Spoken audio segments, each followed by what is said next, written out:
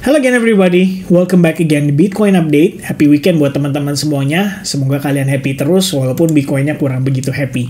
Guys, jadi di dalam video update ini kita mau bahas tentang dugaan ya, aksi profit taking atau sell off yang disebabkan oleh GBTC teman-teman. Nah, GBTC kenapa nih? Kenapa GBTC lagi ya? Itu nanti kita akan bahas secara lengkap. Tapi sebelum saya mulai, saya pengen inform dulu ke teman-teman bahwa antara nanti malam atau besok malam kita akan mengadakan live streaming. So make sure kalian subscribe YouTube channel ini buat kalian yang baru bergabung. Nanti kita di situ akan ada pembahasan tentang opportunity daripada si altcoins beserta dengan area-area lah ya yang kita bisa consider untuk melakukan reakumulasi plus opportunity apa yang ditawarkan ya, mungkin untuk transaksi di spot account atau futures account. Nanti kita bakal bahas di sana guys. Dan tentu saja ada Q&A, jadi teman-teman bisa bertanya yang berhubungan lah ya dengan informasi yang kita bagikan di dalam YouTube channel ini. Nah teman-teman sekalian, sekarang kita pengen update ke kalian ya, mungkin berawal dari beberapa artikel yang saya pengen tunjukkan ke teman-teman beserta dengan informasi sedikit seputar GBTC biar kalian punya pemahaman. Nah sebelum saya mulai, saya pengen menyampaikan dulu, saya mohon maaf, mungkin jika nanti seandainya ada kesalahan dalam penjelasan, teman-teman bisa bantu koreksi melalui kolom komentarnya. Nah guys, jadi setelah tadi saya melakukan research ya, kenapa sih GBTC ini saat ini menjadi highlight ya, berdasarkan beberapa artikel yang keluar. Ternyata GBTC itu ada pemindahan Bitcoin setara dengan 41 juta dolar, itu dalam bentuk Bitcoin, ke Coinbase. Dan diduga ini adalah kesempatan untuk para investor GBTC Trust untuk profit taking. Jadi tadi setelah saya research ya sedikit, rupanya ada momen di mana investor GBTC Trust itu tidak bisa melakukan redemption ya, atau tidak bisa exit lah, bisa dibilang seperti itu. Dan tentu saja ini sangat berpengaruh gitu ya terhadap kondisi mungkin psychology mereka. Mungkin bisa aja mereka ya udahlah sekarang kita mumpung lagi bisa redemption, adalah gue redeem dulu, abis itu baru kemudian nanti pakai spot Bitcoin ETF ya. Mungkin mereka bisa aja mengalihkan dana mereka ke beberapa company-company yang menawarkan ya, seperti BlackRock, kemudian Fidelity dan ARK21 Invest serta yang lain-lain ya. Ada sekitar 11 exchange kalau nggak salah kemarin yang di-approve kan. Nah teman-teman, kalau dengan kondisi tersebut, jadi kan galau nih sekarang investor GBTC-nya ya. Begitu mereka beli ya, walaupun mereka beli dalam nominal yang bisa dibilang cukup murah. Kenapa saya katakan demikian? Nah, mungkin saya sedikit kasih penjelasan teman-teman. Kalau teman-teman datang ke GBTC, kalian beli shares-nya dia, sekitar 1144 GBTC, itu setara dengan 1 Bitcoin. Ya, ini untuk harga saat ini. Nah, teman-teman, kalau kita melihat berdasarkan pergerakan harganya GBTC shares, ternyata sekitar awal Januari 2023, itu GBTC sempat diperdagangkan untuk satu lembar sahamnya di harga 10,83 dolar. Nah, kalian bayangkan kalian adalah investor yang membeli pada saat itu, dan sekarang harganya itu kemarin highest-nya adalah di 40 dolar. Ya, ini berarti kan sangat menguntungkan dong, hampir 4 kali lipat. Bahkan teman-teman, kalau misalkan kita beli Bitcoin-nya 15.000 naik ke 45.000 ya, itu sebenarnya 3 kali lipat kan hitungannya. Nah, Grayscale Bitcoin Trust kalau kita pegang sahamnya itu naiknya malah 4 kali lipat. Malah lebih untung daripada megang Bitcoin-nya sendiri. Ya, cukup menarik kan teman-teman sekalian. Jadi saya rasa ini adalah kesempatan ya. Kalau misalkan wajar nggak sih, ini teman-teman jawab dalam hati ya, wajar nggak sih kalau kalian punya uang nih saat ini dari hasil Grayscale Bitcoin Trust ya, let's say kita sama-sama beli waktu Januari 2023 tahun lalu, kita beli 10 dolar ya untuk lembar sahamnya, dan itu atas dasar seperti kepemilikan daripada si Bitcoin sendiri. Nah kemudian kita sudah untung nih 4 kali lipat, sementara kita ngelihat Bitcoin kenaikannya itu sebenarnya 3 kali lipat, berarti ada selisih hampir 1 kali lipatnya. Nah sekarang teman-teman, wajar atau tidak ya, seandainya saya jual GBTC share saya, kemudian sekarang dengan produk-produk spot ETF yang ditawarkan dari BlackRock, Fidelity, dan lain-lain, saya bisa berpindah ke sana. Jadi saya belanja istilahnya di tempat yang berbeda. Bisa? Bisa. Apalagi kalau mereka yang mungkin kenal dengan kriptonya sendiri gitu ya. Jadi mereka mengerti transaksi melalui exchange, melalui Coinbase, dan kawan-kawan. Bisa aja mereka manfaatkan profit taking di sini untuk mereka serok lagi.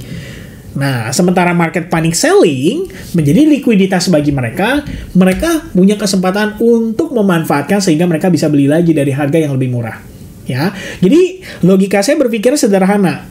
ketika saya beli GBTC di harga $10, saya bisa jual di $40. Itu lebih menguntungkan daripada saya pegang Bitcoin-nya langsung. Itu pertama. Kedua, kalau saya profit taking di sini dan saya percaya bahwa Bitcoin secara jangka panjang, which is nanti ada halving, kemudian istilah spot Bitcoin ETF juga baru mulai gitu kan. Mungkin market juga butuh melihat dulu nih kestabilitasan pasar dalam jangka waktu panjang. Setelah nanti sudah mulai kelihatan, baru kemudian kita meyakini bahwa secara jangka panjang ya apa yang terjadi saat ini dengan supply Bitcoin yang terbatas, dengan demand yang semakin bertambah, harusnya secara jangka panjang logikanya Bitcoin itu harganya naik. Tapi pemanfaatan ini secara jangka pendek saja bisa menyebabkan market sendiri panic selling. Jadi koreksi yang berlangsung seperti yang mungkin saya sempat mention ya di live streaming sekitar 1 hari lalu, Bitcoin ongoing koreksi. Waktu itu saya update ke teman-teman by live streaming. Penjelasannya juga menurut saya cukup mudah untuk dipahami. Tampaknya ini menjadi kesempatan justru untuk para bigger players bisa melakukan pembelian dari harga yang lebih murah. Bahkan teman-teman, kalau kalian pengen beli GBTC-nya langsung ya saat ini, itu diperdagangkan dengan harga diskon daripada net asset value-nya sendiri. Jadi $38, di mana net asset value saat ini per shares-nya itu adalah $39, ya sedikit lebih tinggi. Ya, sementara market price-nya lebih rendah. Jadi kalau misalnya kalian beli itu dalam keadaan diskon ya sekitar 1,18%. Nah, GBTC sendiri saat ini mengelola lebih kurang ada $27 miliar ya, setara dengan 617.080 Bitcoin. Ya, ini pembulatan ya teman-teman. Nah, saat ini per satu lembar GBTC itu setara dengan 0,00089423 Bitcoin. Alright. Nah, jadi itu ya teman-teman ya, mudah-mudahan bisa untuk lebih mudah untuk dipahami. Dan dengan aktivitas ini, saya pikir ini menyebabkan market berpikir bahwa wah ini kelihatannya Bitcoin ETF spot tuh belum benar-benar menjadi sesuatu yang membangkitkan hype market gitu ya. Karena secara logika harusnya dengan Bitcoin ETF spot di approve itu kan harusnya naik gitu. Jadi di sini Anthony Scaramucci ya, ini adalah salah satu pakar finance juga ya. Dia sempat kerja di White House tadi kalau saya nggak salah baca ya teman-teman ya. Ya, The White House Director of Communication ya, dari 21 Juli sampai 31 Juli 2017. Oh, ini singkat sekali ya. Scaramucci pernah bekerja juga di Goldman Sachs ya, Investment Banking, Equities, dan Private Wealth Management Division pada tahun 89 hingga 96. Jadi kita tahu lah bahwa ini orang yang punya kapasitas lah ya di bidangnya teman-teman. Nah, dia menjelaskan bahwa menurut pandangan dia semestinya harganya saat ini turun itu nggak masuk akal ya. Dia menjelaskan teman-teman ya. However, there are other factors at play. Ya, Skybridge Capital founder Anthony Scaramucci suggested that Bitcoin falling price mungkin disebabkan oleh penjualan saham GBTC yang telah di-convert menjadi spot Bitcoin ETF pada hari Kamis lalu. Ya, dan salah satu pakar juga namanya Ron Neuer menjelaskan hal yang sama bahwa GBTC ini bisa menyebabkan supply yang kembali bertambah ya, istilahnya melalui Bitcoin ETF itu. Ya, I doubt that the ETF providers have this much demand as quickly. Di satu sisi mereka menilai bahwa kelihatannya demand-nya tuh sebenarnya nggak harus langsung signifikan gitu ya. Ini sebenarnya aneh ya, bertolak belakang. Karena sebenarnya total report yang kita dapatkan, memang di hari pertama dan hari kedua transaksi Bitcoin ETF spot itu gede-gede nominalnya teman-teman ya. Lebih dari $4 miliar di volume transaksi pada hari pertama. Dan ini secara demand karena sangat signifikan, harusnya meningkatkan harga Bitcoin. Itu semestinya. Namun di sisi lain dari yang artikel ini sampaikan juga ada beberapa faktor-faktor tertentu seperti Vanguard yang katanya tidak mau menyertakan spot Bitcoin ETF di dalam platform mereka. Kemudian kemarin kalau nggak salah ada bukan informasi ya, berita juga ya, ini si Elizabeth Warren ya, senator itu memiliki keberatan lagi ya. Istilahnya dia keberatan dengan SEC ETF approval ya, bahwa keputusan ini tuh mungkin ya saya nggak tahu apa yang disebabkan, mungkin karena terlalu cepat kah atau gimana gitu ya, kita belum tahu teman-teman. Tapi yang pasti beberapa faktor-faktor ini bisa menjadi isu atau sentimen negatifnya juga buat pergerakan daripada Bitcoin. Dan harap diingat teman-teman, ya memang demand-nya sempat meningkat ya, tapi kan ya gimana ya teman-teman ya. Bagaimanapun saya berpikir ya bahwa bigger players itu mereka pasti dong punya strategi kan, istilahnya untuk masuk kembali di market. Mungkin dia harus menciptakan environment adanya FUD ya, mengurangi greed di market juga supaya buyersnya itu berkurang, dan ada beberapa orang yang ikut melakukan aktivitas sell off atau profit taking, menyebabkan harga Bitcoin mengalami koreksi. Dari sini jadi kesempatan sebetulnya untuk mereka beli lagi dengan harga lebih murah, terutama untuk seperti BlackRock, Fidelity, dan kawan-kawan ya. Mungkin mereka butuh untuk kustodian ya, atau mungkin bisa dibilang apa ya, kayak semacam penyimpanannya mereka lah ya, sebelum mereka menawarkan lebih banyak lagi ya. Kira-kira itu sedikit gambaran yang saya dapatkan lah ya dari artikel yang saat ini tersedia seputar GBTC, dan saya pikir apa yang terjadi mungkin dari GBTC situasi saat ini ya bisa dibilang menjadi sebuah peluang justru untuk kita mendapatkan harga murah juga untuk melakukan akumulasi. Mungkin kemarin saya sempat lihat ya, ada beberapa yang kasih komen ya, kayak bersedih gitu kan, Bitcoinnya anjlok, Bitcoinnya turun jauh dan bla bla bla bla bla. Sebenarnya nggak parah-parah banget sih teman-teman ya. Itu kalau misalkan kalian angkatan baru, kalian harus inget tahun 2022 itu kita ngerasain loh, dalam sehari DAM itu bisa $10.000 guys. Jadi kayak hari ini tuh turun cuman ya ini 32.000 turun sampai 25.000 ya. Ini dalam berapa hari nih guys, lihat 40.000 turun ke 25.000, itu turun sekitar $15.000 guys dalam kurun waktu hanya 4 Mei ketemu dengan 9 Mei, 5 hari, $15.000. Sekarang kita baru turun $3.000 atau $4.000, sebenarnya menurut saya wajar banget lah. Dengan penguatan yang terjadi berlangsung selama 1 tahun penuh ya, di 2023. Nanjak terus kan sampai topnya kemarin, itu baru kena itu sekitar 11 Januari. Mungkin ini adalah puncak euforia. Ya, jadi wajar nggak sih kalau ada yang profit taking? Saya pikir wajar gitu. Namun kalau teman-teman bertanya, apakah anjloknya ini bisa menjadi trigger untuk extended bear market ya? Ekspektasinya begini. Nah, ini yang mungkin sebenarnya agak sulit untuk terjadi ya. Kembali lagi kita melihat dari historical juga. Kita udah mendekati halving teman-teman. Dan biasanya menjelang halving itu memang ada momen-momen di mana Bitcoin mengalami koreksi. Jadi wajar nggak? Wajar lah kalau saya bilang sih ya, koreksi sedikit untuk kita dapat harga murah lagi, untuk kita belanja lebih banyak lagi, itu sangat wajar teman-teman. Terutama buat kita yang mungkin memang mengharapkan dapat diskon gitu ya. Kayak beberapa teman-teman yang kemarin sempat bilang kayak, Vin, gue belum masuk nih, belum ada barang nih, gimana? Apakah beli sekarang? Gini. Nah ini sebenarnya dapat kesempatan nih. Nanti jangan harga turun malah kalian takut dan nggak mau beli. Itu yang malah jadi kesempatan yang disia-siakan lah kalau saya bisa bilang gitu ya. Dan teman-teman ingat, semakin banyak euforia di market, maka logikanya akan semakin banyak orang yang FOMO. Kalau banyak orang yang FOMO, maka ini udah mulai mendekati mungkin ya puncak-puncak kenaikan terbatas ya, kalau bisa dibilang untuk jangka waktu pendeknya.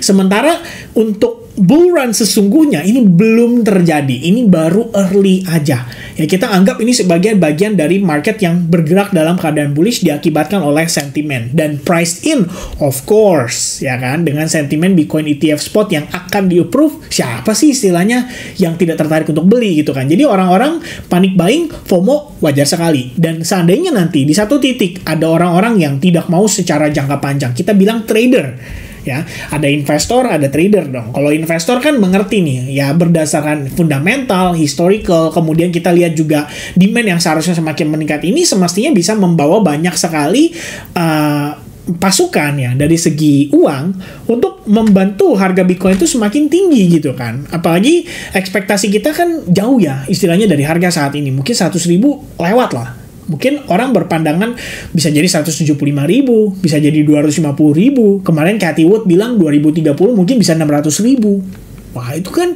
jauh banget dari harga saat ini, guys. Iya nggak sih?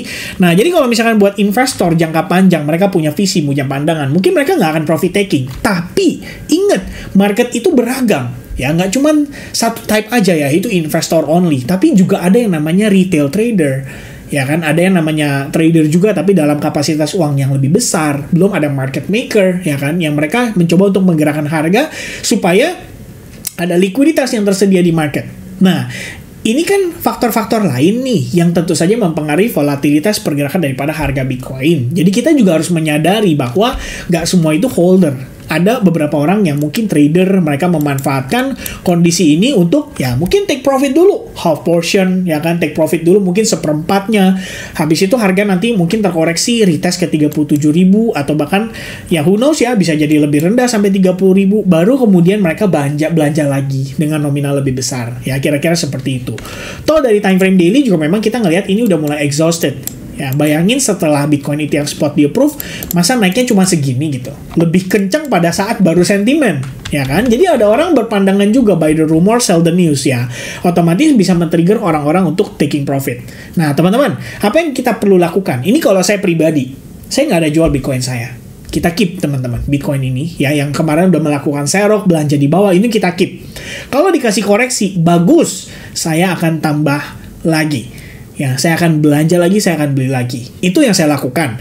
Kemudian kedua, teman-teman, kita punya futures market. Kita bisa melakukan hedging. Ya, mungkin hedging short betting ya, tapi jangan sampai teman-teman menggunakan margin banyak gitu ya, atau melakukan transaksi dengan leverage penuh tapi margin banyak tanpa mengerti yang namanya risk management. Ya, kita bisa tektokan istilahnya, taking profit, kita manfaatkan momen pergerakan pada time frame kecil. Nah, dari sana kita dapat capital ini kita masukin lagi untuk kita belanja. Ya kan? Nah, namun teman-teman, saya peringatkan dulu, kalau teman-teman yang berencana trading, itu butuh skill set, butuh pengetahuan, butuh pengalaman. Jadi harap berhati-hati, apalagi kalau misalkan teman-teman yang belum punya pengalaman minimal 1 tahun. Ya, sebaiknya jangan coba-coba. Ya, mungkin teman-teman cocoknya di spot, ya udah, kalian nyaman di spot, ya udah gitu loh. Jangan tergiur dengan teman-teman yang transaksinya by futures market gitu ya. Jadi kemarin juga sempat ada orang kayak nanya, Vin, gimana nih sepanjang kemarin pergerakan DAM ya, lu gimana nih tradingnya teman-teman? Sorry ya, ngeblur dikit ya. Gimana ya? Saya tadi sempat menyampaikan cukup banyak ya. Ini kayak semacam wejangan ya teman-teman ya. Saya sharing tentang pandangan saya seputar market gitu ya. Ini cukup panjang, mungkin saya nggak akan bacain semuanya. But here's the result. Yes, saya ada beberapa cut loss dalam beberapa hari terakhir. Ya, kayak misalkan kemarin saya lupa teman-teman, kayak render ya. Render saya decide untuk close position dalam keadaan minus ya. Saya decide untuk tutup dulu ya, cut loss dulu lah ya. Di sini, render itu saya kena stop out. Yang saya cut loss itu di BNB. Ya, nih teman-teman. Jadi ketika saya manfaatkan ambil long position, ternyata nggak sesuai ekspektasi, saya mulai close hold portion, kemudian sisanya lagi saya fully out sebelum hit by the stop loss. Rugi pasti ada, wajar teman-teman ya. Ini adalah result ya selama ya lebih kurang 13 harian ya. Balik lagi, ini bukan flexing, tapi di sini saya pengen kasih pemahaman ke teman-teman bahwa skill set yang proper, manajemen trade yang baik itu bisa tetap ngasih kalian hasil akhir yang manis. Dari profit ini nanti bisa dimanfaatin lagi buat kita pakai bertransaksi di spot account. Jadi sebenarnya trading itu bisa profitable nggak teman-teman? Bisa. Tapi teman-teman harus belajar untuk disiplin, ya, terutama penggunaan stop loss, mengerti risk management. Jadi kemarin saya cukup sedih ya, ada orang yang bercerita, istilahnya dia katanya rugi rungkah teman-teman. Wah, saya bilang, Pak, nonton deh video saya ya. Ini buat teman-teman yang lain juga, mungkin kalian kalau mau juga bisa nonton ya. Di playlist Study Time, itu ada satu video tentang risk management guys. Risk management ini, ya 26 menit ya. Ini investasi yang menurut saya worth it. Nonton 20 menit, kalian dapat pemahaman soal cara mengatur risk management dan mengaplikasikan di futures market. 26 menit buat teman-teman yang berencana untuk belajar trading. Ini investasi yang sangat berharga. Ya, 26 menit ini mungkin nanti akan saya update dengan study time terbaru. Ya, jadi ya teman-teman sekalian, please ya, bear with me ya. Nanti kita bakal coba untuk berikan teman-teman informasi yang terupdate lah ya seputar study time ini. Oke? Nah, itu lebih kurang ya guys. Jadi dengan kondisi saat ini, menurut saya itu sih yang bisa dilakukan ya. Di futures yang kita manfaatkan, kalau ada peluang sell short, kita coba untuk sell short. Namun di sisi lain, kalau misalkan nanti kita udah ngelihat ya, ada indikasi market sudah mulai kembali mengalami reversal, ya kita harus juga segera sigap untuk memanfaatkan gitu.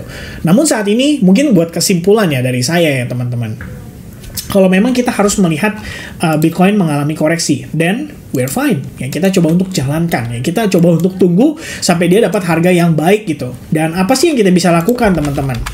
Salah satu yang bisa kita lakukan adalah melakukan identifikasi pada price action-nya, terutama dari struktur time frame kecil, seperti 4 jam, 1 jam, dan kawan-kawan.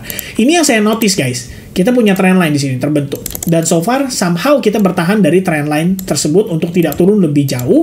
Ya, jadi buntutnya panjang-panjang ke bawah. Mungkin ini adalah proses liquidity sweep. Namun, untuk pergerakan minernya, di sini kita udah berhasil breakdown. It means sellers itu benar-benar lagi taking control untuk saat ini. Apakah proses Bitcoin bisa seperti ini? Nah, teman-teman jawab sendiri di kolom komentar ya. Kalian meyakini apakah ini bisa terjadi? Dan menurut saya, kenapa hal tersebut bisa terjadi? Guys, perhatikan baik-baik. We have higher high, higher low. Ya, higher high, higher low dalam beberapa waktu terakhir. Sekarang kita punya higher high. Now suddenly we have lower low. Ini berbeda dari pergerakan-pergerakan sebelumnya. Ya, di sini pun sorry guys, kita ngelihat dia udah ngelihat higher high. Nah, ini masih higher low guys. This one could be different.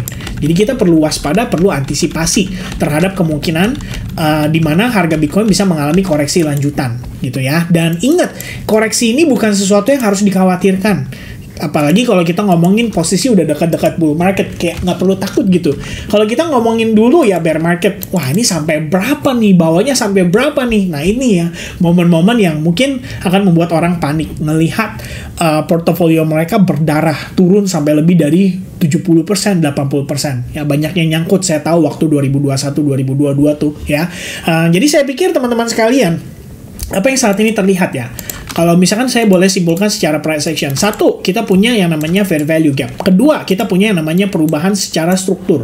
Low point sebelumnya di take out oleh penurunan yang terjadi dengan cukup signifikan. Kemudian kita bisa gunakan Fibonacci retracement juga untuk mengetahui atau mengukur kira-kira seandainya harga mengalami kenaikan atau penguatan, di manakah kita boleh antisipasi in case Bitcoin naik sampai ke $45.000 dan ternyata teman-teman menemukan malah ada rejection kembali. Nah, itu artinya kita bisa melihat koreksi bisa berlanjut lebih jauh. Dan mungkin pada saat itu terjadi, bias sementara short term time frame adalah mencoba untuk mencari peluang sell short.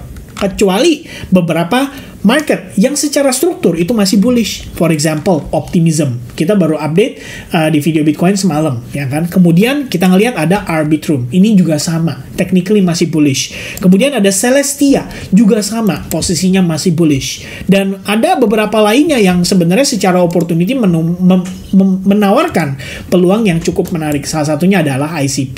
Ya, ini ICP juga salah satu trade yang tidak work ya, sesuai dengan harapan, tapi menurut saya masih ada peluang yang bisa kita manfaatkan dari pergerakan saat ini. Karena secara struktur, at least dia lebih baik daripada Bitcoin, guys. Ya, teman-teman bisa lihat lebih kurangnya seperti itu.